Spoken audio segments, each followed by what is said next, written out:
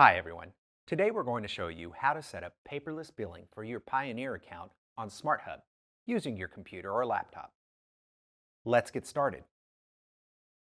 First, visit our website at gopioneer.com and on the home page, click the Account menu in the top right-hand corner.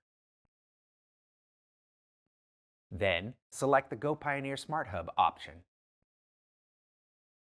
Here you're going to sign into your account using your email address and password you set up during registration. On the SmartHub home screen, click on My Profile in the top menu. Then select the My Information option. Next, select Update My Paperless settings. Then toggle the paperless slider on the account to activate paperless billing.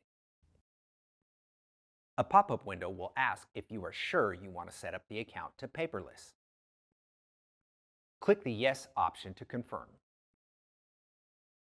You will then see a confirmation that the paperless bill status has been successfully changed. If you need more help or have any questions, visit us at gopioneer.com/support.